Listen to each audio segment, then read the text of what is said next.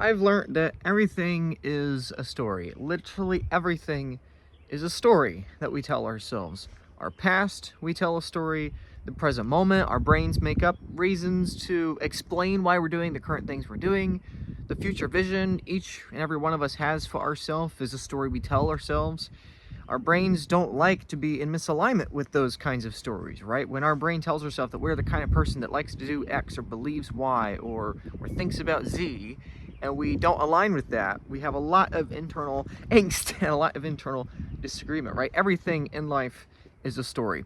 So are investments. People buy investments based upon stories. People that don't save at all or don't invest at all tell themselves the story that, oh, I don't need to save for the future because why not live for today, right? And the system is rigged and blah, blah, blah, whatever, right? Those people don't save for the future at all. The people that save in index funds, those kinds of people tell themselves a story that, well, the stock market goes up as the economy gets bigger or something, and I just buy the index, diversification, blah, blah, blah. The Bitcoin people have their own story, right? Michael Saylor has his own story, right? You, me, everyone else in Bitcoin, we all have our own little story of what we tell ourselves about what the world looks like. Bitcoin's going to take over the world. It's going to demonetize everything. We have less in common with the future in the past. The future's going to be crazy. There's going to be AI and robots and automation. Bitcoin's monetary singularity, blah, blah, blah. Everybody tells themselves a story.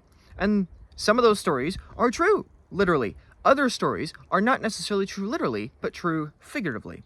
And so in today's shorter video, I want to talk about stories, and I want to talk about telling yourself the story that Bitcoin is going to be worth $20 million, $10 million, $500 million, $1 billion.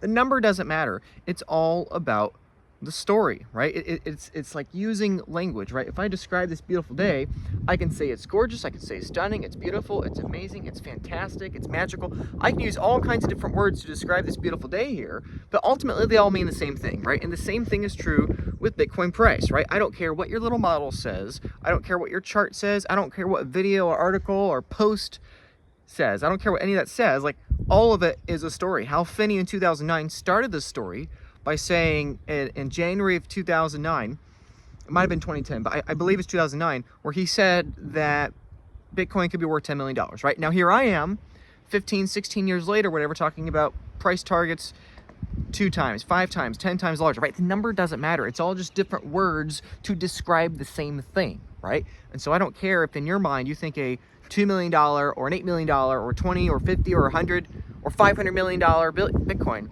is reasonable. The number doesn't matter. The direction is what matters. The story is what matters. And so something I've found very interesting as a Bitcoin storyteller, quote unquote, because really that's what I think of myself, right? My job here is to tell stories, and my hope in telling those stories is that people make incremental improvements on the direction they're going in their life. That's what gets me excited. That's exactly what I want to do. So starting with Bitcoin, a lot of people talk about fiat mindset versus Bitcoin mindset, and they're not wrong, right? And people that are pricing Bitcoin in terms of dollars don't understand what they have. Or let me better put that. People that only price Bitcoin in terms of dollars don't understand what they have. If you are only thinking of the 22nd century in terms of the 14th century, you are inherently not going to understand the 22nd century. You are not going to understand the future in terms of the past. You're inherently going to misunderstand it. You can't understand truth in terms of lies. And likewise, if you're only pricing Bitcoin in terms of dollars, inherently, inevitably, of course, every single future price point is going to be hit. $500,000, 5 million, 50 million, 500 million, 5 billion, 50 billion, 500 billion, 5 trillion, 50 trillion, 500 trillion, quadrillions, quintillions, sextillions, septillions. It goes out forever because there is no end to the dollar, right? The dollar is an inferior meme. The dollar is an inferior story to communicate with. Bitcoin is the superior story. That's why Bitcoin is going to win over the dollar. And so people are trying to price the superior story, the superior concept, the superior language in terms of the inferior story, narrative, and language are inherently going to mess it up. And so a lot of people ask me, Luke, why do you still have dollars? Why do you still talk in dollars? Why do you still have dollars in your thumbnails and in your videos and in your topics and in your models and blah, blah, blah, blah, blah? You're not wrong. You're not wrong. I am fully aware that discussing Bitcoin in terms of dollars is communicating it in something that is not going to be around forever. I personally find much more enjoyment in considering what is the future purchasing power of Bitcoin in terms of time, in terms of energy, in terms of man hours and productivity, right? That is actually what gets me really excited. However, and this is the thing, most people I don't think have really thought through when it comes to telling a story. When you're telling a story to somebody, that person does not know where you're going with the story. That person does not know the end state of the story, right? And so if you start the end state of the story with the person, they're going to be really confused, right? When you try to explain what Bitcoin is to somebody that only understands the stock market, you probably start with explaining the stock market. Your first goal, if you're explaining Bitcoin to somebody, I'm saying this partially to explain how I operate, but also my hope is that in you listening to this video, this is a story, by the way, hopefully you listening to the story I'm telling you today, you can better take these things and practically apply them in your own lives when you're trying to help your business partners, your spouses, your kids, your nephews, your neighbors, your uncles, whoever it is, better understand Bitcoin. You have to meet people where they are. And if you're going to come to somebody who has money in, let's say, the stock market, and they only understand the stock market and they don't understand Bitcoin, you can't come to them explaining the Bitcoin story first. You have to reframe their understanding the stock market within a narrative that is within the same universe of the story you actually want to tell, right? So you don't come to somebody in the stock market and say, the stock market's a Ponzi scam that's backed by the US Treasury market and you got to buy Bitcoin because it's monetary singularity. They're going to be like, what on earth are you talking about? You got to go to the stock market person and explain, hey, let's talk about what are actually stocks. Stocks is it's a diversified number. It's a diversified piece of paper. You can't eat the piece of paper. You can't eat the number, right? Why does the number that represents the future cash flows of the world mean anything? It's because you're owning a share of the future productivity, right? And Bitcoin is a better form of owning the future productivity of the world because, number one, prices fall to the marginal cost of production, which is another whole additional story you have to weave in there. But additionally, the numbers of the Bitcoin network are far more immutable, far more difficult to replicate than the numbers of the stock market, right? So if you're going to tell somebody the story you actually want to tell them, first, you have to meet them where they are and help them reframe the story. The same thing is true with people when trying to make general life changes, right?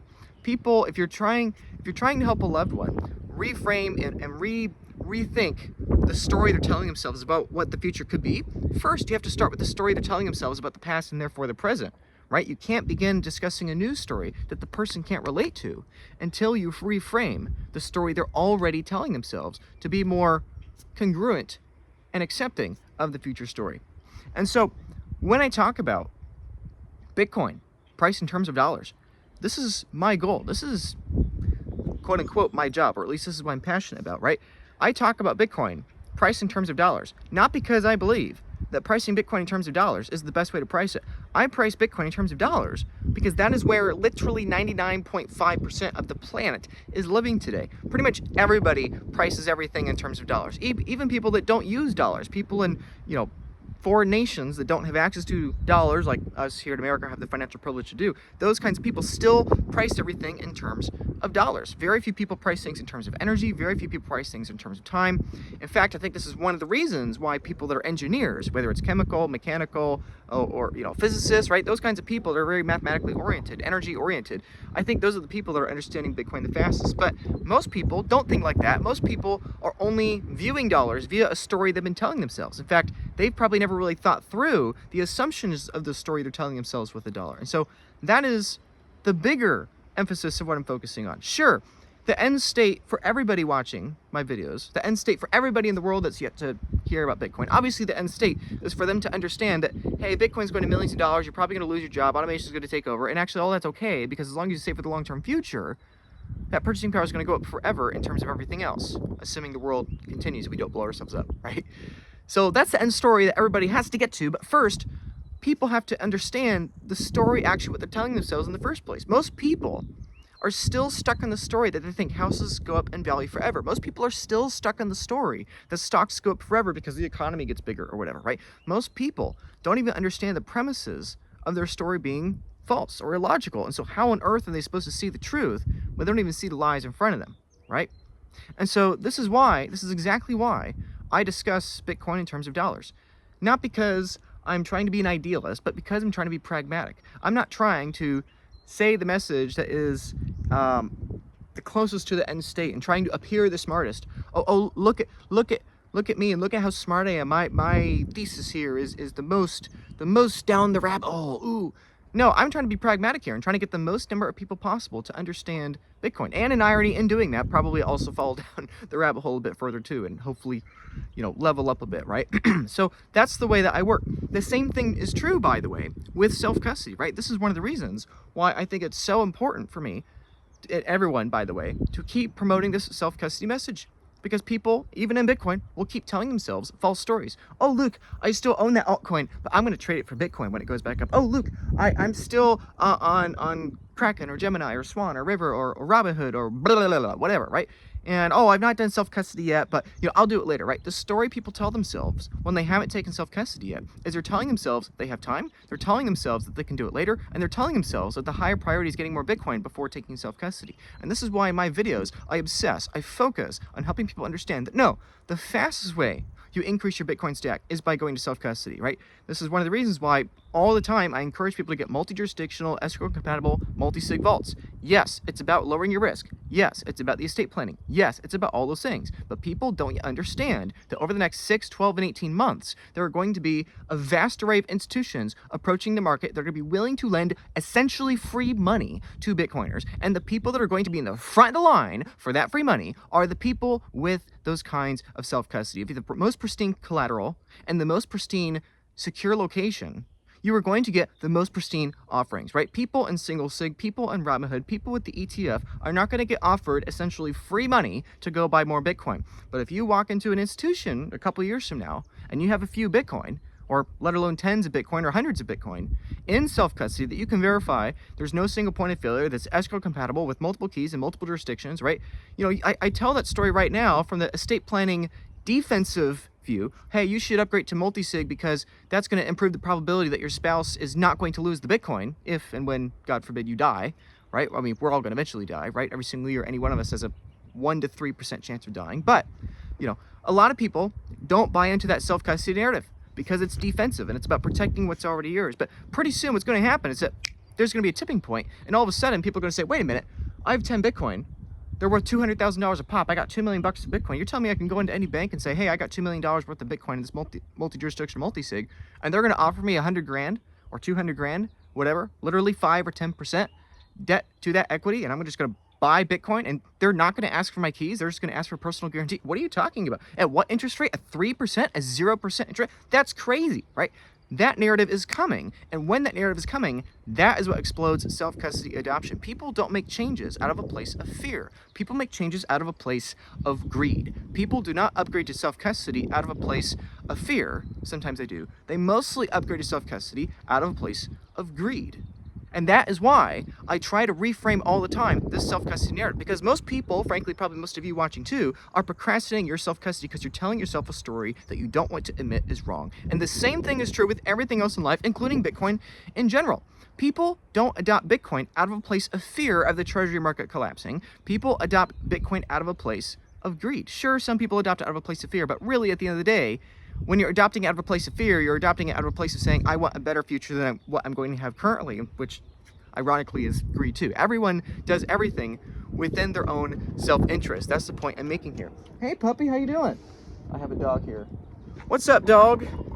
Hey, come here. Come here. Come here, puppy. You want to say hi to all the people? Say hi to the people.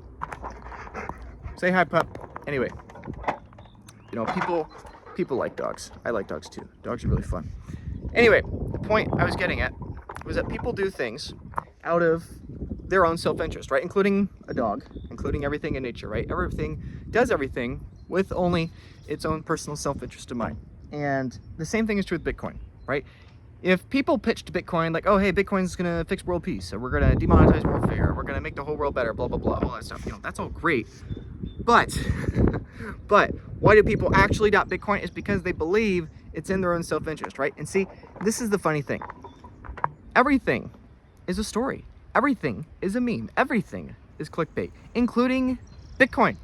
The same thing is true with Bitcoin. Bitcoin would fail if it prioritized the collective over the individual. The premise of Bitcoin is that you, an individual, can benefit on the network before the whole world can do so, right? This is why collectivism fails. This is why communism fails. You have to prioritize the individual's well-being, the individual's sovereignty, so that if enough people, in their own self-interest, begin building that system and reinforcing the system, then eventually you have enough individuals that the whole collective is now sovereign, right?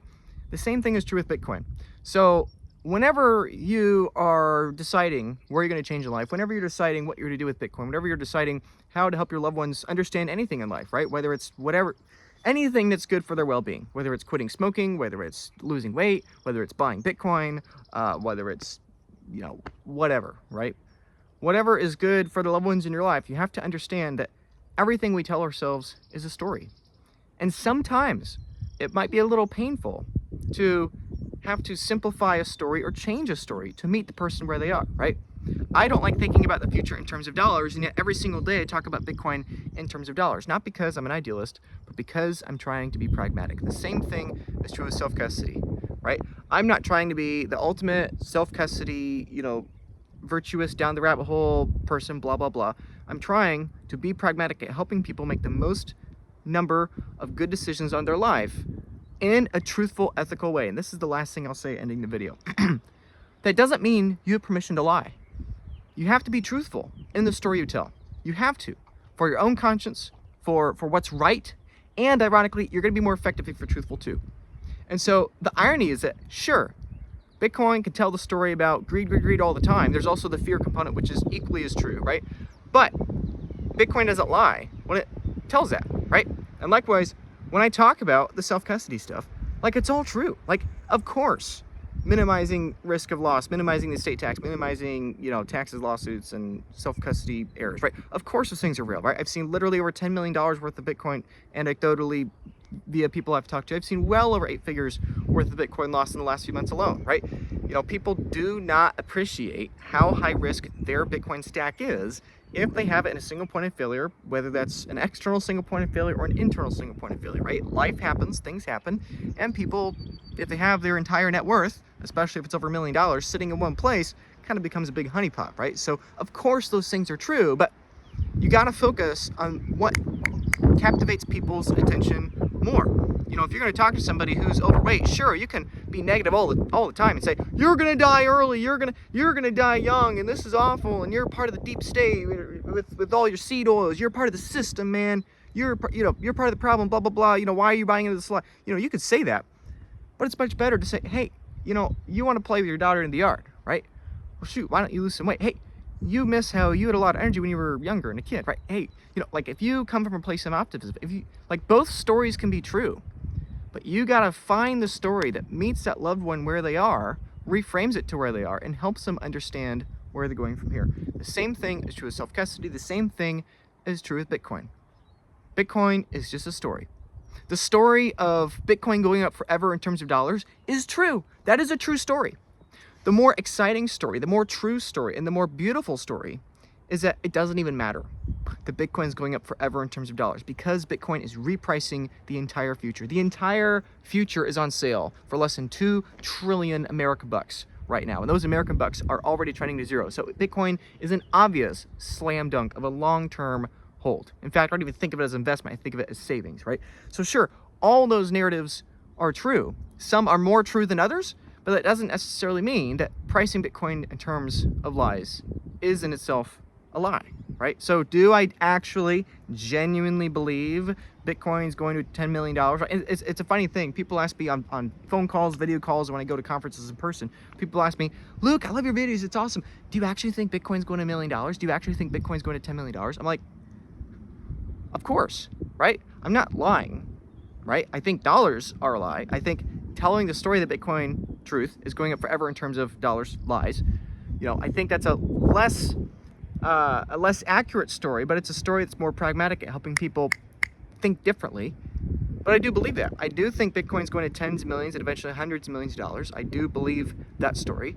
And my hope is that in sharing these kinds of stories, hopefully to get more people thinking, hopefully over time, over the course of years, and a tremendous amount of proof of work, we can help pragmatically more people get off zero when it comes to Bitcoin. We can help more people upgrade their self-custody when it comes to Bitcoin. We can help more coins leave exchanges and less coins remain on exchanges. So that's my encouragement for you. Wherever you are in life, whatever you're doing, I don't know where you are or who you are watching this, but I know you're watching this in the future because I'm making this in my present. But I do know that the stories you tell yourself really matter, and the stories you tell your loved ones really matter, whether that's financial or otherwise. So watch yourself. Be careful with what stories you're telling yourself. What assumptions do you have in the story of your life or the story of your worldview that could be wrong? Obsess over that, focus on that, and understand that just because the story is true for you doesn't mean it's necessarily the story that somebody else needs to hear. Oftentimes, you got to meet people where they are, you got to help them where they are, and tell them a story that is not a lie, that is true, but is not yet the full picture. And once they understand that story, then they can understand the full story. One of the things I like about being out here in the middle of nowhere is that there are lots of stars and planets and satellites and unfortunately planes and stuff in the sky, right? When you tell a 5-year-old about what the solar system looks like, you tell them a story. It's a very simplified, cartoonish version of what the solar system looks like. You got all the planets, they're all right next to each other, the sizes are totally wrong, the space is totally wrong. It's a story. You're telling the child a story to help them get to a kindergarten level understanding of what the solar system looks like. And then once they understand that, then you can upgrade it a bit more. And the beautiful thing is that you can keep diving deeper and deeper in that rabbit hole of that story for the rest of your life. You can spend your whole life understanding the solar system or understanding an ecosystem or understanding Bitcoin, right? You can spend your whole life understanding a subject and continuously telling yourself a deeper and deeper, deeper version of the same story, and you will never reach the end. It's the same thing is true with Bitcoin. The same thing is true when for you yourself trying to understand Bitcoin and self-custody. Talking about Bitcoin, pricing Bitcoin in terms of dollars is an oxymoron, but it doesn't mean it lacks usefulness. It doesn't mean it lacks utility. And that's my encouragement for you. Keep clicking on my videos, and I know you will keep clicking on my videos when there's, you know, flashy things in the thumbnail, right? So keep doing that. But do understand that you are going to be Trojan horsed. We are going to go down the rabbit hole. We are going to talk about the college education level of the solar system. You know, we're going to use the kindergarten version and get you in, but then we're going to actually dive deep. So Bitcoin, sure, is number go up technology, right? Bitcoin's about to enter, I think, a massive Bitcoin mania. It's going to explode in price. It's going to be all over the news headlines. Bitcoin's up another 20%, blah, blah, blah, blah, right? That's going to happen, sure. That's going to be a story that the media is going to pound and pound and pound in everybody's heads, right? And it's going to be our job, my job and your job, dear viewer. It's going to be our job to help people seeing that story. We're literally going to have probably 1 billion people see that story in the next few months or next couple of years. It's our job to help as many of those people transition that story and reframe it into understanding the new story. We can't fight those people and say, oh, you're wrong for pricing Bitcoin in terms of dollars. We have to embrace it, that this is the education level they're at. And hopefully, as a friend, not as somebody trying to shove something down their throat, but as a friend, hopefully in their own interest and something that is truthful and actually an aligned incentive with what's best for them, you can help them upgrade their understanding to the next level. So thank you for your time today. If you would like to better, to some degree, understand Bitcoin or discuss self-custody, you know how to find me. And ultimately, everything I said is true. I think Bitcoin is going to take over the world. I think Bitcoin is going to tens of millions of dollars a coin. I think people that are multi-jurisdictional, multi-sig with escrow compatibility, I think those people are going to have pristine seats, front row seats to some of the best financial instruments ever in the history of stacking more Bitcoin, right? That's why I personally advocate. I'm advocating for everybody to do it. Most people aren't listening to that, and that's okay. You can believe whatever story you want to tell yourself. The story I care about is ending up with more Bitcoin. Thank you, everyone, for your time. Goodbye.